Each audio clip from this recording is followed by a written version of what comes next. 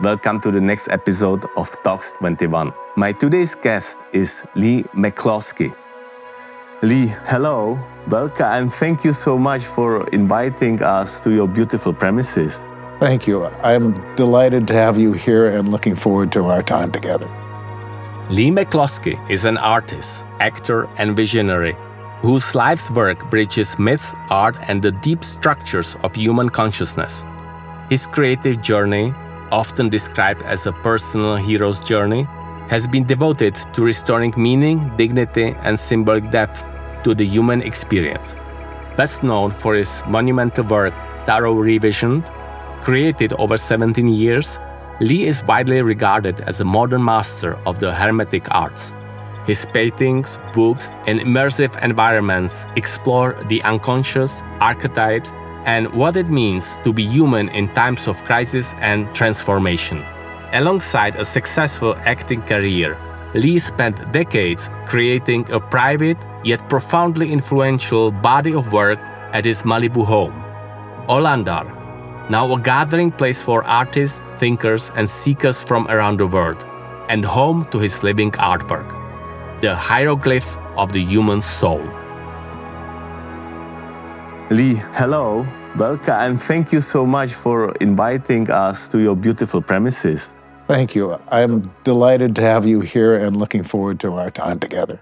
Since early childhood, I believe that the principal essence of our life is science. It's the most important one.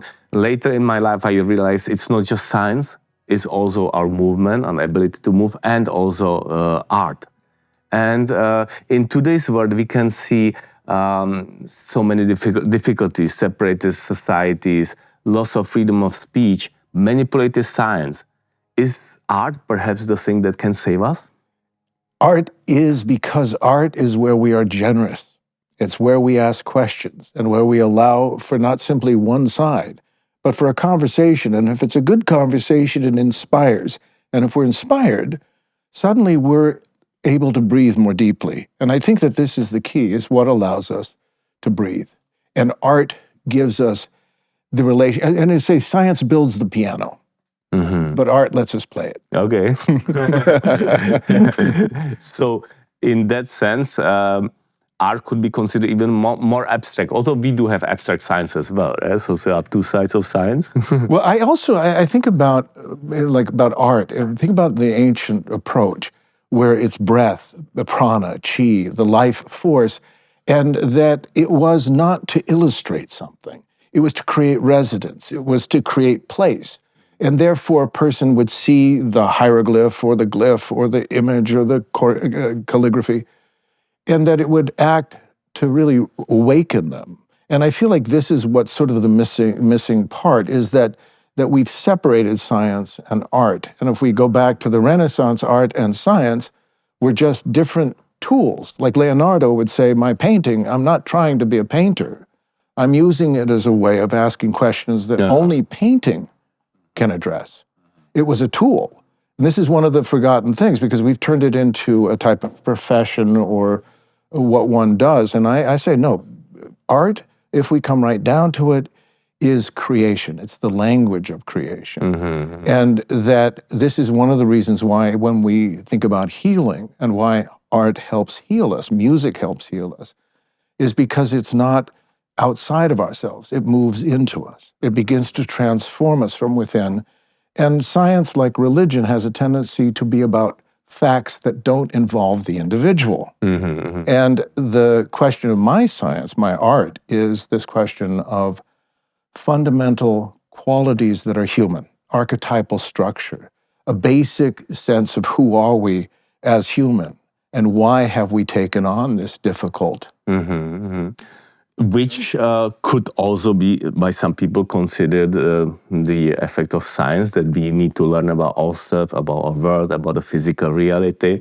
And at the same time, I would maybe distinguish between science as the pure mathematical science coming from what I call narrow rationality, that we think rationality, and we make some assumptions. One of the assumptions which is not true is that the observer is separated from the reality, which is not the case. Yeah. So it is kind of a mental exercise to have, I call it narrow rationality science under this assumption. But still, even though it's not totally correct, I believe it is very important. So this is like a description. So we could say that science is like a skeleton of our universe, something that is fixed, at least mathematics being said. Mathematics as a being fixed skeleton of our universe, and then coming art, and on this structure, on this skeleton, building beautiful flowers, growing our knowledge, our feelings, our emotion, expressing our free will and things like that. And that's the wedding. You see, this is when we forget art or jettison and say it doesn't matter. It's only facts, or it's only what is being done to us, because we don't have anything going on inside of us. And this is one of the keys that I feel, is that the question I asked, and why this is my home, why the art here is about the question of if the world is going too quickly, or it is involved in its raging against this or that, where do we find a way to ask deeper questions about not just the basic, in a sense, mathematical principles, but what are the mathematical principles supporting? Like I often say that if we think about life, everything alive is inherently mathematical. The opposite is not true. So essentially what we're doing is we're beginning with the proposition of math rather than the proposition of breath or life, as we would in, let's say, the Indian tradition, and this whole sense of the life breath. Yeah. And that's part of my quest, was not to reject any part, but really to reclaim the deeper side of science, which was the participatory. And this is why I loved quantum physics. I loved what's going on, because it was, and this is what we can see, going back to Einstein, the beginning of a transformation of not abstract math, but one completely engaged in a probability field. And that's, to me, where we start to move into art. A painting can be infinitely different things. So the question becomes, what is it that creates coherence? What is that guiding energy that brings it together? And behind it, one could argue, is mathematics. In fact, in your art, it is fractals. I guess it is in there, right? It is, and that's what it taught me, because if you think about, like Pythagoras, you think about math, it wasn't abstract numbers. It was entity, archetypes, sentience, meaning that you're dealing with not simply a triangle, but triangularity. You're dealing with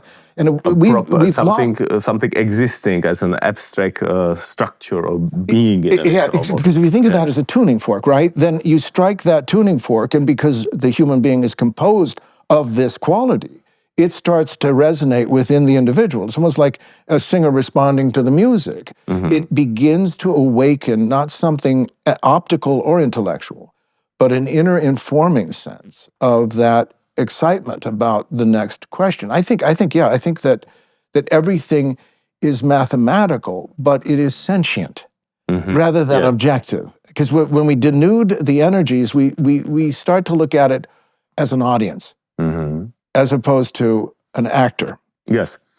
And now the question, of course, is difficult question. Nobody knows the answer, is if the pure essential mathematics is ontological.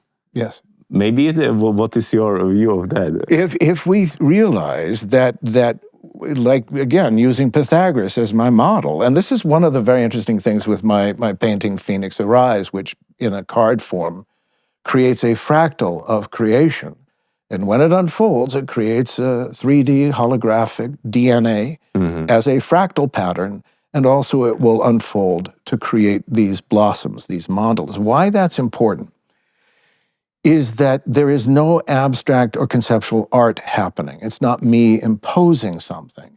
It is more like a midwife or a parent saying that I allowed something to be born, but since it's been born, I have no, in a sense, right to say I understood this beforehand. Yes. I was the vehicle through which it was able to express. And maybe that's why, because I've had discussion groups here in my home for 45 years. Every week, we had 25 years of a theosophy group, but also to balance that, because that's primarily Eastern esotericism and a look at deep history. I really wanted to, like a librarian, deal with Western tradition, Hermeticism, Hermetic science, to go back into what we've inherited as human beings. That's why I collected the books here. But what they've taught me, and I think that this is important for us, is that the unasked question is intimate. Meaning, how do we live this question as human? That so much of the promise is to escape that. And what I like about art, like alchemy, is that it realizes that one cannot escape their condition. If you are in grief, you cannot escape it. But if you use the tool of the creative voice, you give it voice, and not for others, not for the neighbor, but for it, in a sense, in a relationship. This matters. How do I sing this song of sorrow? And to whom? And the flowers, the floor, where you live and where you love says, here, you don't have to shout it. It's not something to prove something. It's something that allows you to be profoundly human. And I truly believe that in this room, because I did not mean to do this, it started on 9/11 when the towers in New York came down. I fell on my knees. And I realized the opera here was like Michelangelo on the Sistine Chapel, shouting at the Pope and God, my ideas are great. And then on 9/11, with these twin erections, I say of money and God, these false towers of Babel topple. And we're left in this room on the linoleum floor saying, what do I tell my children? Because I know this idea that we can kill our way to truth never works. And if we don't tell a story that we can live with, and I think this is why also I feel that a lot of my question about study of myth and all of the questions of going deep, what's the point? And I realized that here it said, it's not the point, any more than falling in love is the point. What we are doing is creating conditions, like a gardener that says, if we're going to reconcile the world and all of its different disciplines, we have to bring it back to the human form divine, in my opinion. In other words, that we are the instrument. We are the outcome of the question of what does it mean to be human. And every book, like a facet in a diamond, is that question asked over and over and over again until we, you and I, sit in the light of history and begin to say, what if it's not about more or getting somewhere else or another false erection of getting higher, but this slowing down. Mm-hmm. And that's why this is slowing down. And opening ourselves to the messages. Because what if this painted cave, in a sense, goes back to first technology? And this is Chumash land, so the ancestors, this is a very sacred land. And therefore, I become a guardian or a custodian. It's not for me to take, but for me to honor. And that's, again, why this is my family structure. I'm realizing that a lot of the missing key, I call the etiquette of energy. You can believe anything, you can take anything, but without manners, you will never enter. And this is you will react, but not actually engage. Mm-hmm. Yeah, okay. And it will be someone else's story. William Blake said it best, I must create a system of my own or be enslaved by another man. Yeah, so the way I understand it also, it is that like the real art, when one opens himself or herself, it is about intuition. It is not necessarily intentional. It's not like job. Oh, I have this job that I have to do. Well, that was what I say here, is that this has been a place where people have said, this matters to me. I wish it mattered to the world, but it matters to me. Let's get together here. It's not a big space. It's an intimate space. But let's honor that it's in you. It's in me. And I feel like that's the forgotten calling card. It's not impressing with what you're against or how much you hate something or how much you're outraged by something. But the 24-hour question of where you live. I can't, in a sense, escape me by going somewhere on Saturday. I have to figure out how to put the entire story together. And so maybe we really are awakening to the realization that we are an operating system. And like any operating system, it must be of its own accord the one to ask the appropriate questions. In other words, and I think that this brings us back to yoga, brings us back to martial arts, brings us back to art, because you wouldn't say Cézanne is right and Michelangelo is wrong. You'd say, no, that's the wrong way to look at it. Mozart isn't true or false, good or evil. So you'd say, well, the more interesting character of who we are then isn't in the realm of social morality, but you'd say in a much more interesting sense of a level of deep responsibility. Yes, and also what I hear, what you might be saying is living in the flow. Yes. Much more. And the flow of what I like about the flow here, the representation of this being my house, is that there's 3 levels. You know, and I think with that, going back to you said the 3, I thought, yeah, here it says the below is structure, the black and white, like the piano, the instrument. The above is the imagination, the library, access. You're not told what to read or how to engage, but you're held by it. Like, and it says, what I want you to do is trust your imagination. And since this is home, close the door. If you feel judged, this is the one place you can say, I'm not really asking you. This is between us. And something in that redirection of energy toward intimacy, as opposed to proving. You know, we have so much bombast, so much echo, so much anger. And I did a talk. I said, in a world that's shouting, whisper. Yeah, and calmness, yes. But even more, it is about freedom, about the ability to express yourself freely, which in the worst case scenario can be constrained, right? Absolutely. Well, that's that's the verse. So the one thing is we as a society that we are just too much for money and not opening ourselves to the inner feelings. And the other thing, if we are not allowed to from outside, if we are restricted. You see, I think that the freedom, it's also not just the freedom of speech, but the freedom of ideas. And one of the things that I became very aware of, let's say in the art world, is the mindset that certain things are allowed and certain things are not allowed. Same thing in Hollywood, same thing in fashion. So there is that which, if you want to be an artist, you have to fit into our rules. In other words, it's not about you, it's about a larger structure. My work was that question because I was an actor by profession, but an artist privately. And it allowed me to ask 2 very different questions about, all right, what's the agreement field in the culture? We'll talk about these things. We won't go too deep, and we'll keep it quick. If we have to slow down and go, I'm gonna start to glaze over, and I'm out of here.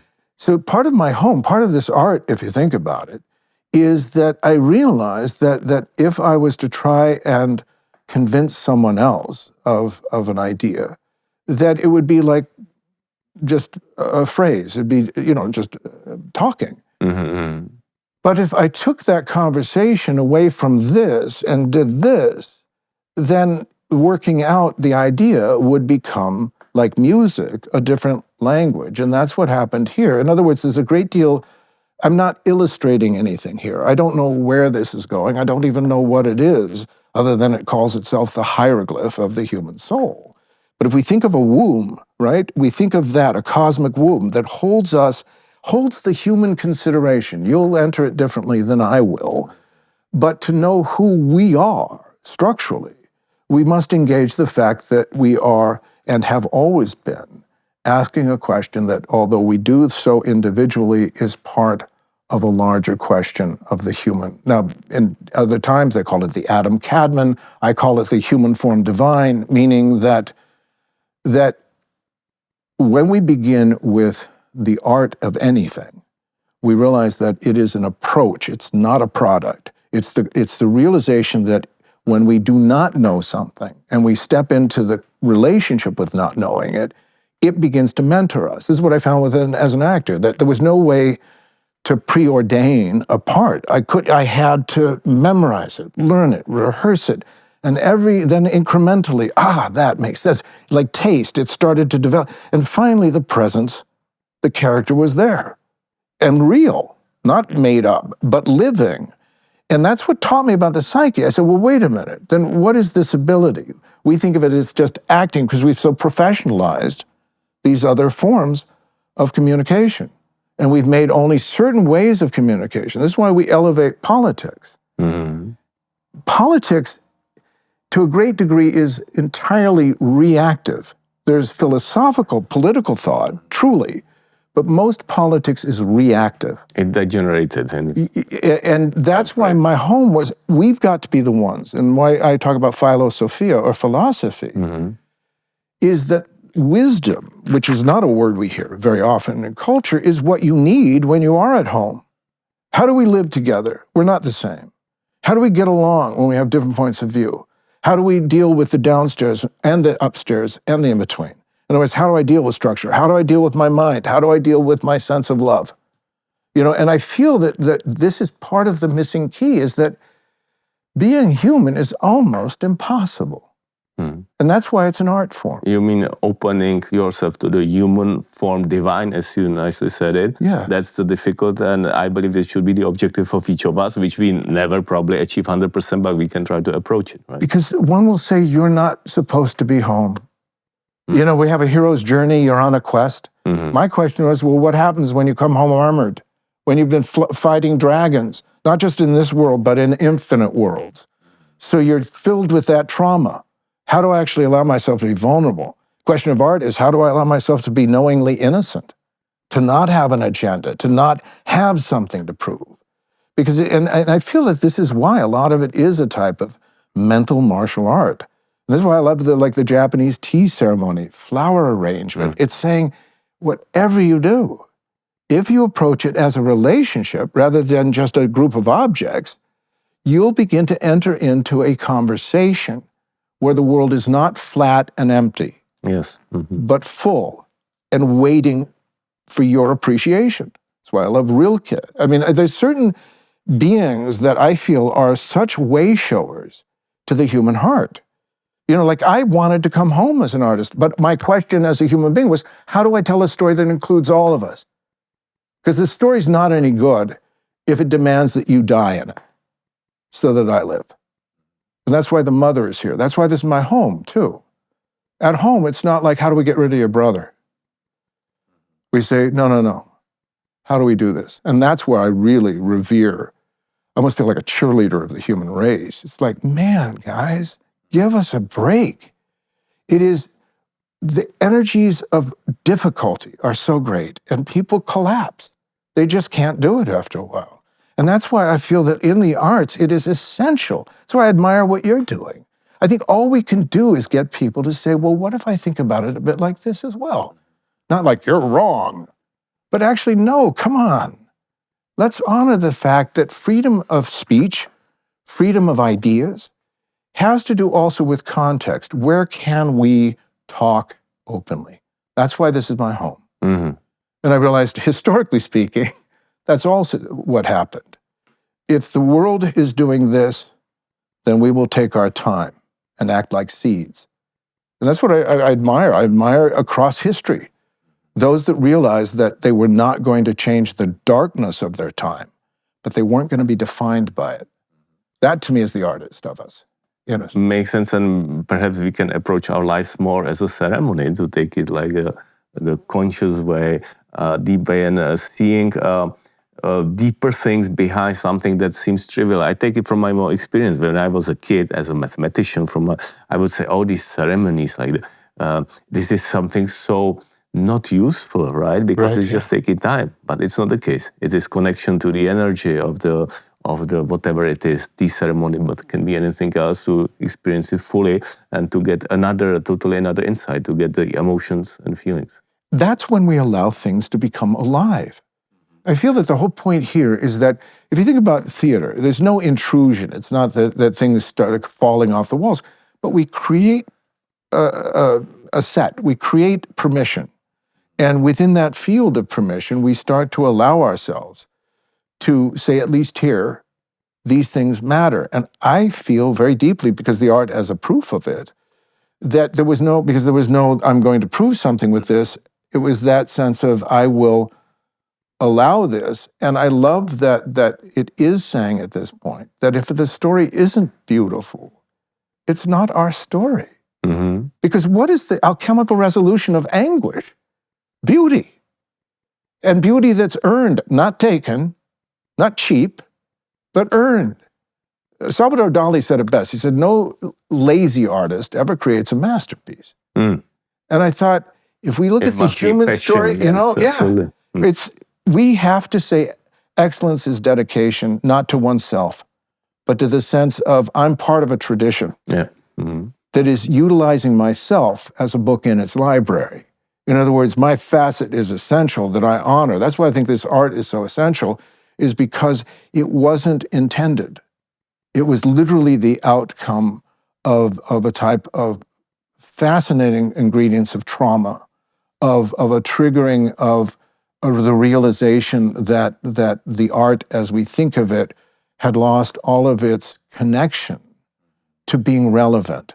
And I felt like that's what a lot of the ideas, the esotericism, because it was always in a way that it rejected side, or my study of alchemy, my study of the tarot, which led to my 17 years of work on the archetypes and revisioning the tarot and tarot revisioned. But everything that I did, and this is why I feel like an archaeologist of the deep unconscious, was that what if the key is we've been digging too far away from where we live? In other words, you are the primary key. I am the primary key. That's what I felt with acting. Like if you played Hamlet and I played Hamlet long ago, or King Lear now, but it would be invariably Hamlet and Hamlet, but different.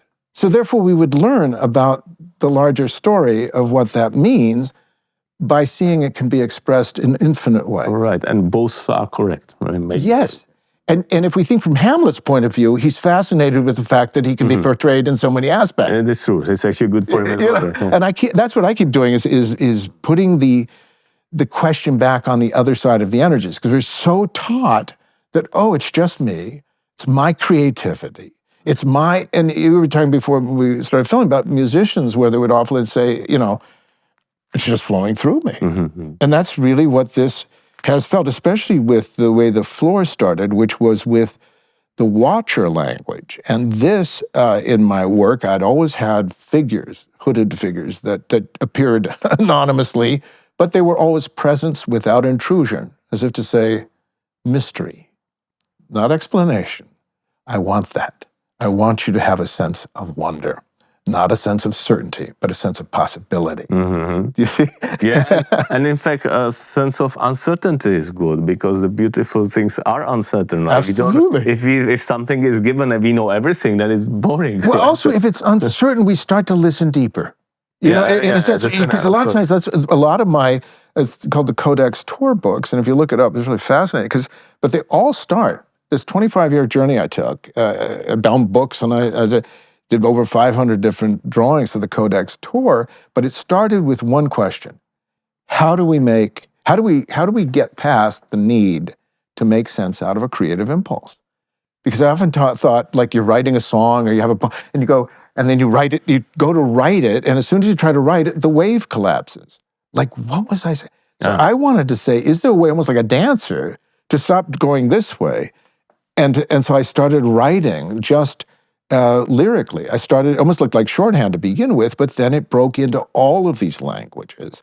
And so that's what started to teach me, oh, this is actually a tool of inquiry. It's not the illustration of something I think I'm doing. It's a way deeper way of understanding that when we look at glyphs in rocks, that wasn't illustrating something, that was creating place. In other words, you'd say like an amplifier.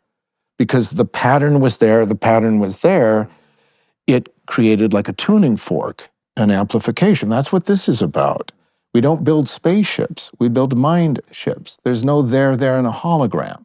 That's the key here, that everything in a fractal basis is saying, look, if you are whole and holy, meaning the nature of creation, unfolding as you, and I am the same unfolding as me. And the reason I talk like that is when my dad died, that's exactly what I experienced. You know, the oil that's in the, when this spins and then it comes, you see how the oil, and then they unspin it and it goes back and dissipates into the water. When my dad died, that's what happened. It's like, it wasn't like the chakras, it wasn't spiritual. It was as if everything, all that is, spun itself like a life atom to become my father. And that when he died, I saw his book being placed on the shelf, and it said, but now it's been lived. And that's where I felt this amazing sense of, wait a minute, what if we have it all wrong? What if it's not about progress or getting somewhere, but about blossoming, like the Phoenix Arise suggests, that you're not born into time, you're born into creation, you're whole and holy. The question on that becomes, am I willing to accept that as possible? And I think that's the key. Are you willing? We are born into creation. Now, the first step in courage is open ourselves to creation, right? Yes. We open ourselves to being the flow and expressing the perhaps more than information, but the energy that's coming. That's one step, personal. And then there is another step if there comes rejection, right? People, they create something new. Yeah. And of course, it gets very often, new things get rejected. Right? Absolutely.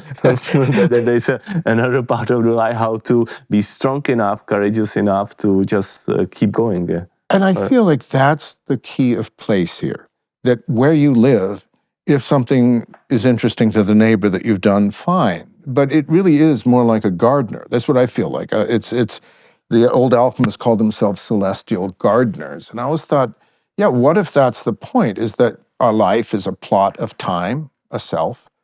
And so it isn't that you garden what I garden or your home is the same as my home, but the infinitely fascinating story of being human is that your plot is just as human, just as whole, just as meaningful, because what is being known is the library. In other words, and we know this from genetics and the DNA now, that we're composed of everything that we have passed through, which if you think about that as an indicator, then it is asking us, well, what if we're going from a contracted, budding stage? Think about the seed, the journey, this journey across history, planting us in a cave like a seed in the womb, with a question: what does it mean to be human? We are born in that cave society. We're always creating story because we must create meaning out of meaninglessness. What do you tell when the children are attacked by the lion in an early culture? What do you make of the lion? What do you know? We needed to ascribe meaning, and that's why I think people are mistaken to think, oh, how is it meaning? No, that's our job. And that the whole journey of human meaning would be that we were planted in the womb like we are in our mother's womb. That we develop through the concourse of all of our human histories until finally we are born not into time, but into condition. Time was what, in a way, moved us from the seed through the difficulty of punching through the earth. Think about even the repression of culture. You know, like you have no rights at all. Then breaking the earth, you have a few rights. Well, at least you can grow toward them. And we keep growing toward them. And we reach higher and higher. But even in nature, think there's a point where it stops. The plant stops. And I'm sure it panics, like, wait, well, I was supposed to be taller, you know, and then we start to contract. And I feel like that's what we're going through in a way collectively, which is this more and more fierceness, more and more. But when we realize that in metamorphosis, the bud is not the last part, it's the contraction triggers the opening. And that's my question here, and because it's written literally in the art here, is what if the final key is about blossoming, not getting further, but opening? The question then would be, on the art side, your place, your art is different, but the art spirit thrives because it's shared with all of us. To me, that's the ensemble field of actors or jazz musicians. They are not in a state of critique of each other, you know, in a way. And that's what was really my training ground. Not competition against, or how am I smarter than, or what am I defending, but how do I play my character so that together, you and I pull out parts of ourselves that we are surprised by.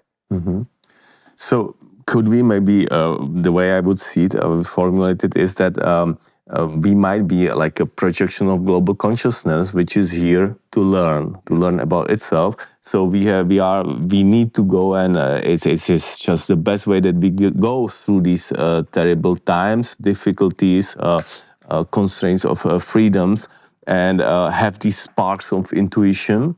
And need to collect courage, which is I mean, the logic is the pressure, and then we need to blossom through the big pressure. So, and the final objective, not final, but the one step of evolution would be that we blossom as a human society in total. That we open ourselves as most people or all people to the divine humanity, and then that's the final blow up, or not blow up, like the blossom, the growth in this stage of evolution. What you're getting at is a truth that it's not about something else or somewhere else. It is about when there's no further to go. What is the question then? And a lot of the overlay here is very mythic for me. In other words, it has to do with the end of the Mayan calendar, but not because I was in a way trying to look at that through the lens of a type of I don't know, false meaning, but actually more historical sense of how does this fit the question of why did the calendar end? Why did that tradition say that this is the end of time? Now, my work having to do with the tarot means wheel. When the phoenix arise painting blossomed as a mandala is also a wheel. So you think wheels within wheels, but also think of the philosophical sense of coming full circle. You know, the instrument left the painted cave to finally return to first technology, because this room, everything here is done by hand, by breath, and by devotion. And that is no different than our cave brothers and sisters that would be saying, we, in our lives, we're trying to cultivate a sense of how do we do this? What is the point of any of it? You know, why would we endure it? But from this, I truly believe awakens a profound appreciation for the deeper dream rather than the difficulty of it. Mm-hmm. Like we think, wait a minute, what if we're a group of heroes? What if we willingly forget every time we're born so that we fully incarnate into the question? We don't have like, I know what's really going on, and you don't, except if you're a crazy person. But that's no offense to crazy people. But I think that something in all of this is trying to, and this is why a lot of my work I say is like a mental martial art. It isn't about, whether it was the art of war, this sense of like, be aware of your projections, of what you are assuming, and how do we reclaim, because wouldn't it be that it wouldn't be the announcement of more spectacle, but in a sense, the appreciation of a deeper intimacy that I truly feel starts to make the human story precious in the deepest sense, because we never got out of it. We took the dark always and said, I can't change the dark, but I will at least endeavor to bring forth the light that I know is there. I don't see it in the world, but I know it's there. So I'll write it as a poem. I'll tell my beloved, and maybe we'll love each other more. I think something about this is trying to, in a way, because we have sort of the Hollywood version of Moses and the Dead, the parting of the Red Sea. I just feel that there's something about that trying to bring us back to the human dynamic, that we are the technology, that we are not, that everything would be that we would slowly come to our senses. Almost like a flower. When it opened, going, yeah, where did I think I was going? Did I really want to leave? Is what I'm being promised to go faster and faster nowhere? Does this fill my emptiness? And I think when we're talking about culture is we see it all over the place. The greatest poverty is meaninglessness. Lives are being swiped, quite literally, because there's this, and that's the key now. The tools we've been given by the ancestors, the creative capacity to engage, the willingness to say this matters, is the very invocation, going back to the ritual, that says, in this place I give permission. And I wish this world of ours gave permission, but maybe it's up to me because maybe others don't understand that. But if I do, then I have to act like a custodian. That's what I really feel like with my discussion with someone. There's something in me said, the world will not show up with interesting ideas. It doesn't have time for them. For interesting ideas, you have to slow down. It's like an interesting relationship. You have to listen. And I feel like that's what art is. It's a different way of listening. Mm-hmm. Yes. We are actually, the way I see that, we are training ourselves in the most difficult way. We forget everything. We need to learn again. We need to blossom and open ourselves again each life. And it is more and more difficult for some people. So why is it happening? Yeah? And so what is the objective behind? And I believe that this is really the getting the deep knowledge for us as a society, because in the past there will be small communities, people could do it themselves in small communities. Now we are the whole world who is in total chaos. Yeah. So how do we proceed from there? Yeah, and he even did it with a gesture, right? That's the outer wheel. That's part of the thing. I have people, when I work with my tarot, I put the 22 cards around them like spokes of a wheel. And I say, stand in the middle. Now I want you to imagine the wheel beginning to turn, to spin. And as it turns around you, as this archetypal wheel spins, like the ring of Saturn, you'll also realize it's like a gyroscope. Your structure now is no longer which is it, but it's coming together. And this is why also my work on the tarot, I realize I feel like I built a piano. You know, that all of the different keys and characters needed to be given place because we're composed of them. That's what Shakespeare really helps us understand, that we are composed of these stories, of these narratives, both inside and outside of ourselves. So we're not just who am I as one thing, but as I would always joke, you know, say, somebody said, be yourself. And I thought, which one? Who? Is it my happy self, my angry self? But also we start to realize that what we're seeking, I think, psychologically, is a sense of intimacy and context, that nothing will be changed essentially outwardly because of the fact that only that which is, in a way, everything right now is very symptomatic, I'm convinced, of trying to go ever more quickly nowhere. And it's the false promise of technology when it says, I can do this for you.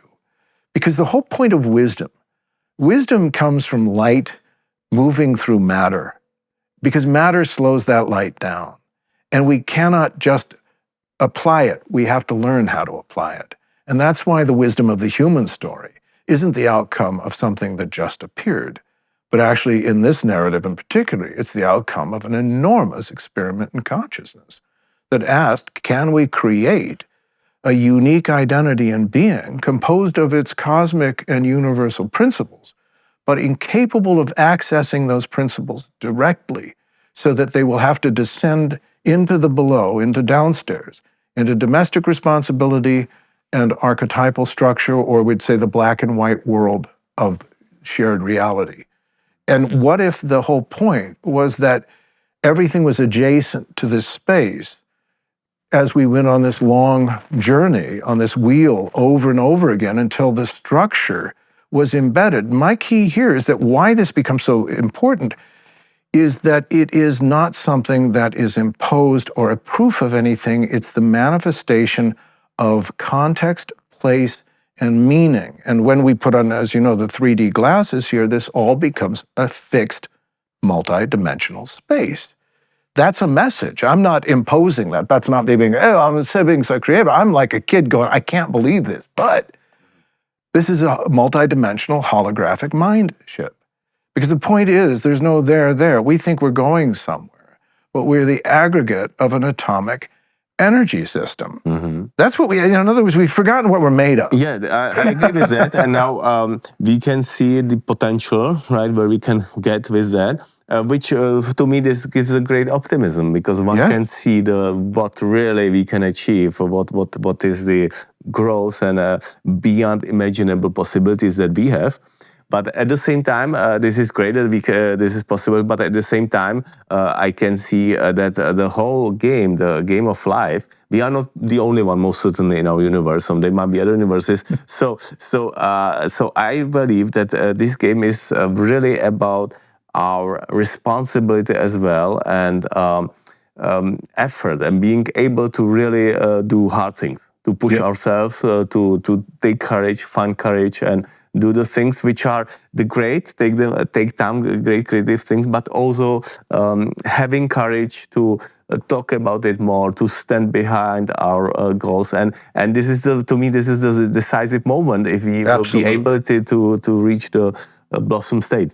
What I feel, though, is that when we understand, like characters in a play, that every individual that is motivated by the need to express, to stand for, to be part of this sense of the dynamic of your role in something. And this is part of the question I've always asked is, what is the role where one can be most effective? What are the questions of freedom, of what? And I think part of my realization here was that this was answering a fundamental question about if the art world, if the professions are not asking the questions, but you must, then think about where you can honor them, where you can protect them. And if they're ready, they'll be shared with others, but not to start this way, but this way. And I feel like a lot of my work is about the empowerment of standing upright, of standing literally at the center of the wheel, like the solstice, so we become that which understands that I am not trying to be elsewhere. I am here now. And again, if we use the theater overlay, it's like being in the scene and presently together, so that nothing is being, in a way, overlooked. It's being allowed to be concentrated. And part of the question, I think, with people now is, where is my power? And I really do feel if you don't start shouting at the neighbor and decrying why the world is their fault or what is wrong with the world, but you recognize that all of that argument is in yourself. And you have to ask yourself, where am I, my own inner tyrant? Where am I suppressing my own willingness to think about certain things because I think, oh, well, I don't know, I can't go there, or I'm afraid of it. You know, and this is because everything in the outer is to a great degree of projection of the overlooked inner. Yeah, that's true. On the other side, let's say somebody may be already expressing himself, and now comes the rejection, which might not be justified. Right? It may be that somebody expressing some beliefs of freedom or whatever, freedom of choice, and the society oppresses. Yeah. So how should what would be your suggestions to? I feel that, and I actually feel this is situationally what this art is that I found in my journey little, if any, interest in philosophy, in deep thinking, in wisdom. It was, as you say, it was about how do we make it, how to make money, how to blah, blah, blah. And it was all about speed, getting somewhere. And my question, and I think this is important, was that as this art was not for someone else, it wasn't to convince someone else, it was to say that in a world that has no place or time for any of this, but this is heavy in my heart, I don't know what it is, I don't know what it wants, but I have to be the one to somehow protect it until it grows up, until it knows what it wants to be. And therefore, because we've done very well at releasing the inner child, and everyone acts like a little brat. Mm-hmm. It's really releasing the inner guardian that says, look, that's part of it. But everyone, and I almost feel, and I really would say that my advice is theater etiquette, meaning that we begin to understand that everyone is playing a role. And that if you invest them with the fury of you believe that, like you believe their performance, you're missing the point of the performance. The performance, like I've played a lot of villains. As a matter of fact, I played a character based on our present president. In '93. And it's very interesting because it gave me the opportunity to step into the psyche, not away from it, not to react to it, but to say, why does this mind add the world up the way it does? What is the question about power? What does one give up when one desires only more and feels an emptiness that cannot be satiated? And the blame that you can. Yeah, it's an addiction. Power is an addiction, right? Because it can be satiated, and then more power leads only to the desire for even more power, right? So and that's like Shakespeare, right? That's Richard III. It's not. This is the problem we have, and this is why I love. The tarot are called trumps. And I said, there's a trump. There's the Trump Tower. That is the 16th key. That is Mars. He is orange.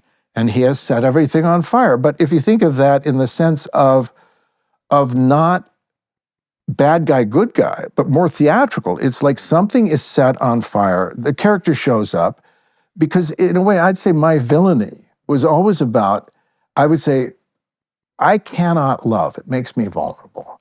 And you think you can love. Well, I don't think you can. I think you're more like me than you think. So I'm going to do everything to convince you that you're. Sure. I'm going to do. So I really had that insight because it's not just someone else, it's what the psyche does. Yes. It's what that sort of that whisper in one's own ear does. Protection from being wrong, right? People, that is psychology, people better suppress good things than admitting their fault. Yeah, it's unfortunate. And I feel like that's kind of like, one of my jokes though about about this being my home is I say, about honesty, is I say, no matter how grand your cosmology is in your home, your wife will look at you blankly and say, honey, take out the garbage. Now get over it. Stop thinking that these vaulted thoughts are, in other words, get real. And I kind of feel like that's what a lot of this is about. In other words, that our identity is 24 hours a day. It's not what we're against or what we're for. It really is a much deeper question about how do we live? And when this began on 9/11, I heard inwardly that the last flood was water and that this flood is information and that I was to build an ark. And I thought, an ark? I said, no, not for physical waters, but mental waters. That the footprint of who we are, the nobility of mental waters, information. Yeah, we've forgotten who we are. In other words, that part of the quest is that if you think about a world that is not symbolical, we do not live, I live in a symbolical world. The world is not by nature symbolical now. It's very literal, it's very reflective, it's very I and thou. It doesn't see, in a sense, depth, like the 3D glasses here says, if you look at me one way, put the glasses on, look at me again. These are both true. One is not false and the other true. They are both true, but there are different ways of seeing. And there are you that is seeing in two different ways. That starts to break up habitual perception. And part of the torpor in the human experiment is this, I don't know, it's just this agreement, almost slave-like agreement for a miserable version of who and what we might be as human. And this is part of what I'm really getting at with the art here. It's like, what if it's not enlightenment? What if it's enlighten up? What if it's in breathe, oxygenate? Your system, like a spacesuit, is waiting for you to give it the right triggers. It wants you to engage. It's your enthusiasm, not someone else's. So you're saying, so the fire that we can see on the U.S. president now, maybe it's actually, in some sense, is the thing what could be expected, or is the thing that would make sense, except it's too big, right? And that's where all of this becomes if we move into the apocalyptic, the prophetic, there's so much prophecy in all of this art that has manifested here. And I realize that it is always the teaching of that it's not, in a way, being drawn overboard from the ark into the conflict. It's learning how to navigate and asking fundamental questions of, is what I'm navigating on with me? Is it in the water or is it on the horizon? And we start to say, oh, I get it. I'm being asked to develop different perceptual skills. And that if I don't do it, who's going to do it? And I think this whole sort of drug thing of like, you can just take this or put this diode in, it's like, no. We're the genius of this operating system really does not need a type of cyborg distrust of the human form. And that's what's very interesting, because you see that as a philosophical conflict. In other words, it's the way the universe is composed and held to be true that ultimately develops different types of sciences. And this science, not all of it, but much of it, has not needed the human being. That we're a byproduct of the equation, not the primary source of the equation. And that always fascinated me. And I think that that's why not most, but many really are content to be audience.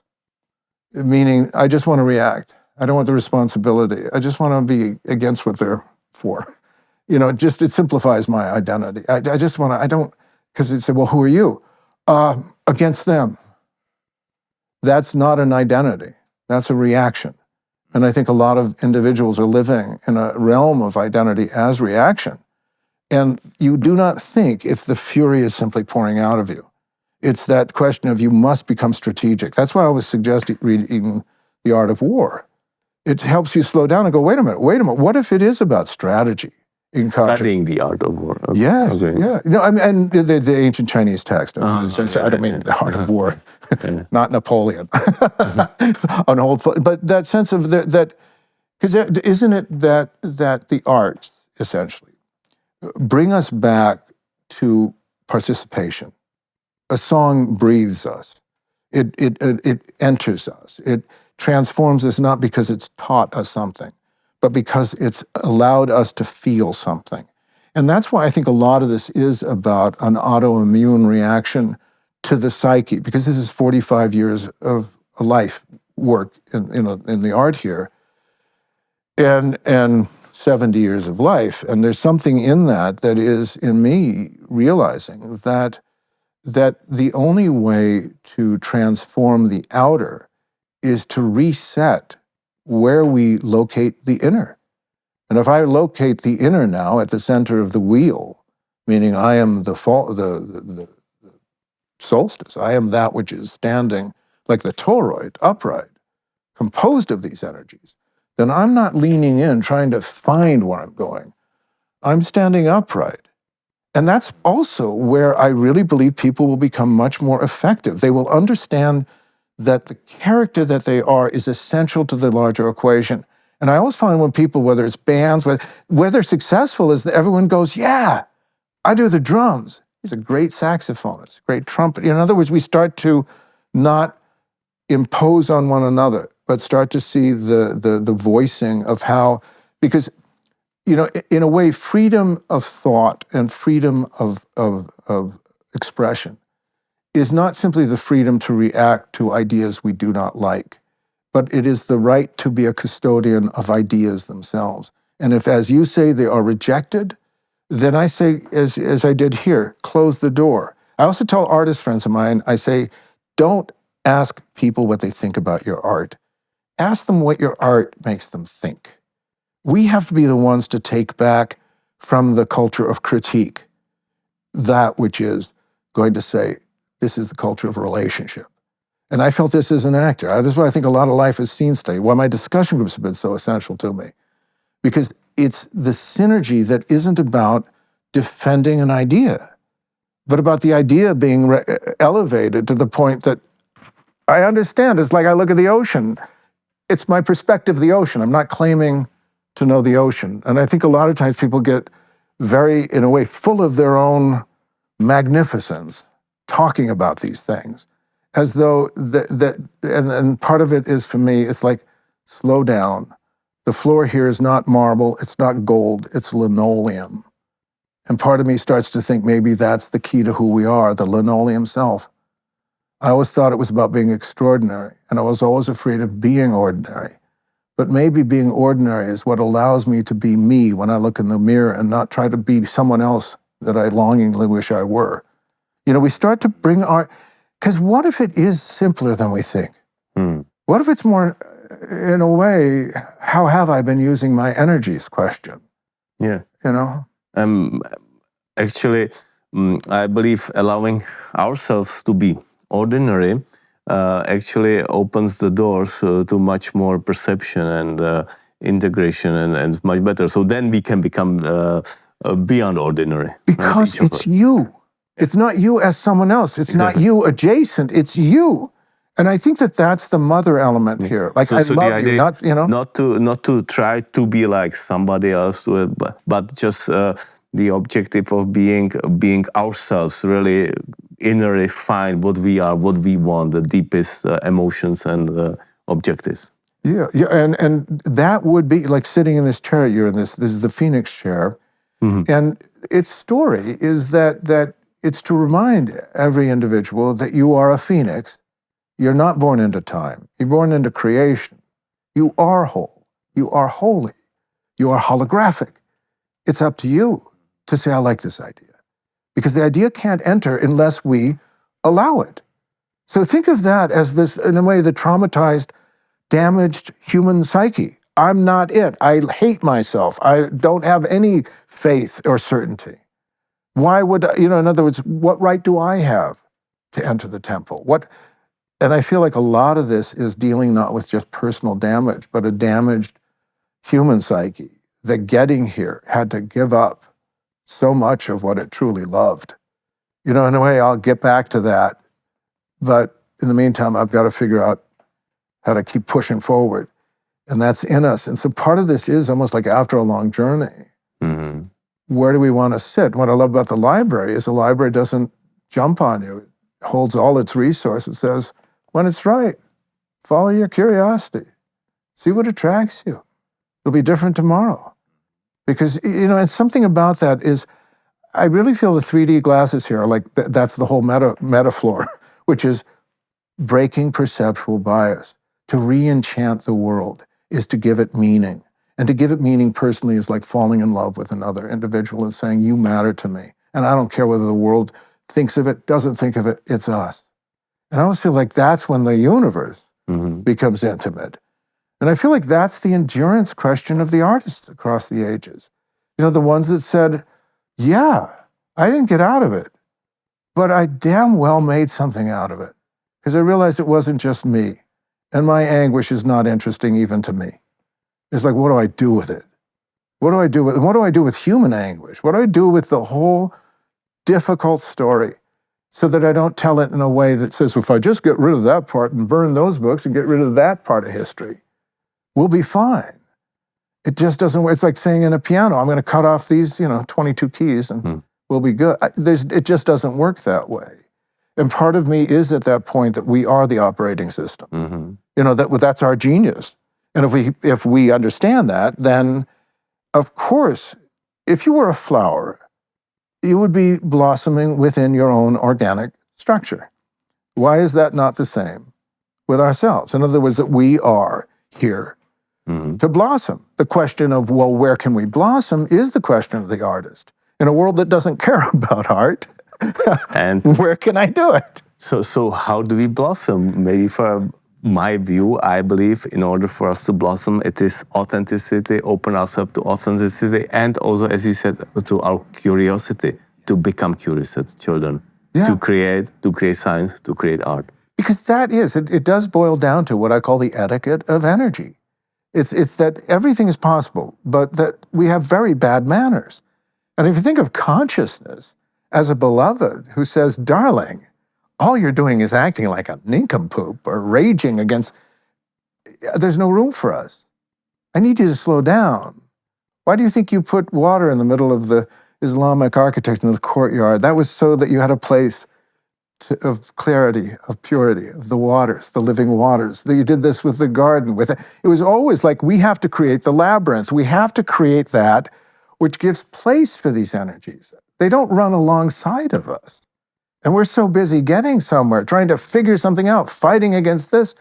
And it is a question of home. Like, all right, where can you actually close the door and say, this matters to me? And I almost feel like that's the awakening. It's like, it's not something big.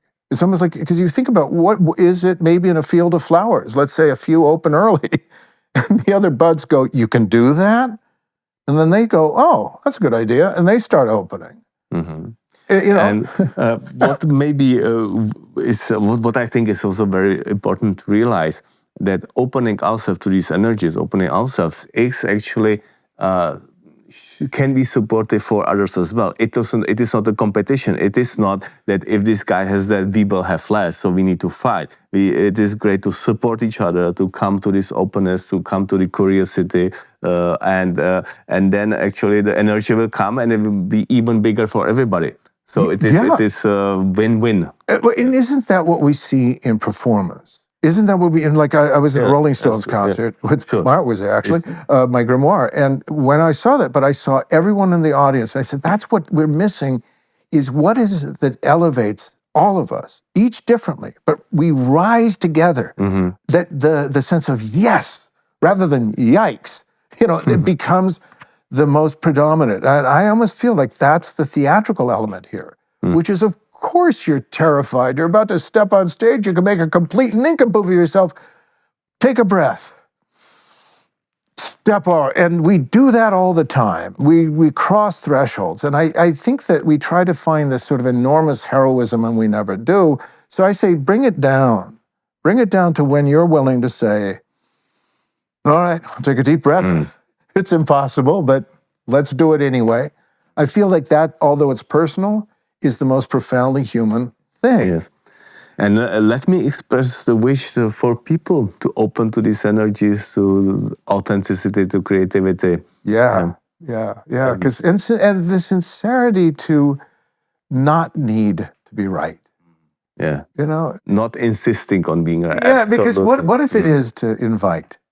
To literally, that's I wrote, To invite and also to change opinion if it comes to it. Why not? And that's why my work is about emerging renaissance, meaning this renaissance. If we rethink and we begin to understand that it's what we bring to the table that inspires each other, then it doesn't matter whether the world is inspired, because we're playing that role of, we recognize that somebody had to do it. And I feel like that's what this art was. I didn't mean to do it. It's just somebody had to, because it was a question that needed to be asked, because it was part of a larger cumulative vision that was occurring. Because if it doesn't include all of us, it's missing the point. It's like Gaia. There's one Earth. What it's the logic of love with a capital L. If the right hand and the left hand are connected to the same body. Yeah. Bipolarity, I believe, is part of the training for Exactly. So, Leigh, for our audience, if you tell us where people can learn more about your work and art. Probably Googling my name with art, or with the Hieroglyph, the human soul, or with the Rolling Stones, you'll find my things about me. I am LeighMcCloskey.com, which is my website, and on Facebook, Leigh J. McCloskey. And then I would just Google, like the Codex Tor, Leigh McCloskey, Tarot, and take a look, because it's really about the sort of the invitation to the visual. And I'd love you to look around, because I have a YouTube channel as well. So do the Leigh McCloskey YouTube channel, because like when I have the gatherings here, I say any excuse to get together and inspire each other. So that's what I'm trying to do, is just share that which inspires. So I think we have something in common. Thanks. Thank you. Thank you. Thank you very much for the great talk. Thank you so much. Thank you. Really, I appreciate you immensely. Thank you.